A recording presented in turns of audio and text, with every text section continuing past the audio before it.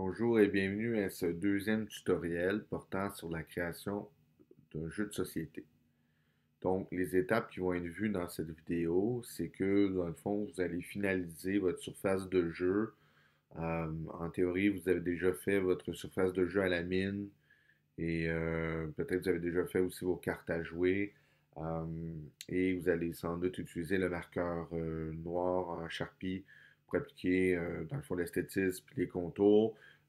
Et pour faire en soi votre surface de jeu, votre plaque, si on veut, c'est avec du marqueur. Donc, comme vous pouvez constater, moi, c'est ce que j'ai fait. Maintenant, ça a ses avantages et ses inconvénients, le marqueur. Donc, c'est des belles couleurs qui ressortent. Je pense que ça vous permet d'être plus précis dans vos mouvements, dans vos gestes transformateurs. Mais évidemment, on voit beaucoup de traits et on peut manquer de couleurs si on utilise trop d'un certain type de marqueur. Ce qu'on va voir aussi par la suite, c'est comment appliquer la feuille sur laquelle on a fait notre surface de jeu sur une planche de maçonnette et par la suite aussi le plastique qui va recouvrir la surface pour protéger celle-ci. Donc, moi, j'ai finalisé, comme vous pouvez constater, ma plaque de jeu, ma surface de jeu. Et donc, moi, je suis prêt à passer à l'autre étape. Donc, c'est d'appliquer évidemment la maçonnette. C'est vraiment à peu près les mêmes dimensions. Moi, ce que j'ai utilisé, c'est du ruban adhésif bien normal, là, du scotch tape pour venir appliquer du ruban adhésif en premier lieu sur les quatre coins pour bien les enligner. Et comme vous pouvez constater, c'est d'abord avant tout de s'assurer qu'on soit vraiment pile poil là, sur la feuille et la planche de maçonnette. C'est assez simple de faire ça. C'est pour ça que je vous conseille d'aller pour les quatre coins en premier. Puis après, ce que vous allez pouvoir faire, c'est d'en appliquer au fur et à mesure pour vous permettre d'être plus précis. Et c'est vraiment utile cette planche, ça va permettre de protéger votre surface de jeu et dans le fond de la rendre aussi plus solide. Donc ça va vraiment faire une surface de jeu qui va être solide comme un vrai jeu de société au final. Et quand on applique le ruban adhésif, c'est sûr que vous pourriez prendre toujours quelque chose d'autre, là. Mais moi, j'ai pris du ruban adhésif parce que je pense que c'est parfait pour le travail qui était effectué.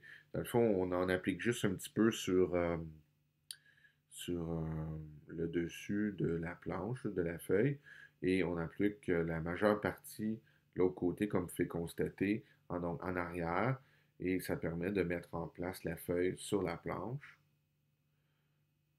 Moi, j'en ai mis quand même beaucoup pour m'assurer que ça reste là. Mais l'avantage qu'on a aussi, c'est que le plastique qui va recouvrir l'ensemble de la surface, c'est un plastique qui a aussi une surface collante qui va permettre encore plus de tenir le tout ensemble.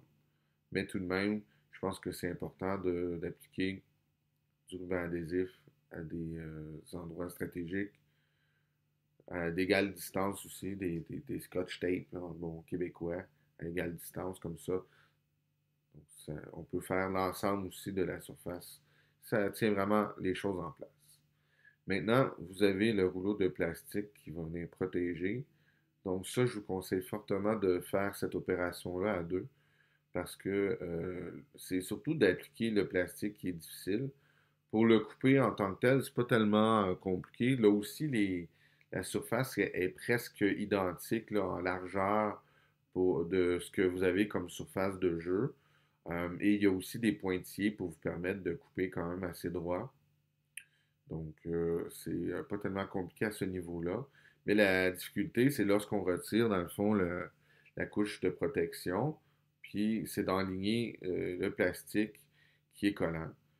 Sur notre surface de travail, je conseille vraiment de faire ça à deux. Et c'est d'éviter que ça soit croche. Donc, je vais être honnête, dans ma première tentative, moi, il a fallu que je le refasse. Donc, je l'ai redécollé un petit peu, puis je l'ai réappliqué parce que c'est accroche. Mais dans le pire des cas, si ça arrive, c'est pas tellement grave. Vous pouvez toujours découper d'autres morceaux et venir coller où est-ce qu'il n'y en a pas. Donc, j'avais un petit surplus à gauche, comme vous pouvez constater. Ça, je l'ai enlevé avec le ciseau. Puis, il manquait un petit peu à droite des parties où il n'y en avait pas. et je suis venu appliquer, découper d'autres morceaux de plastique et je suis venu l'appliquer. Et c'est aussi important de plus possible de mettre une pression et d'égaliser pour enlever les bulles d'air. Ça n'a pas été trop compliqué pour ma part, même si je l'ai fait seul, mais quand même, ça peut arriver. Donc, c'est pour ça que je vous conseille fortement de faire cette opération-là à deux ou à trois même, pour que ça soit plus facile.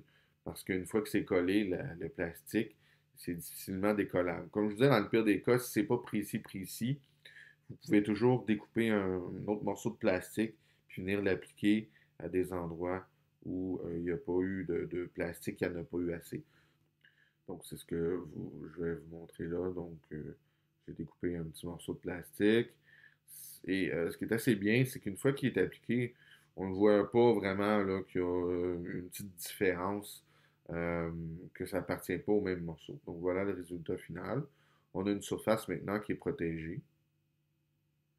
Et donc, ça fait plus propre aussi.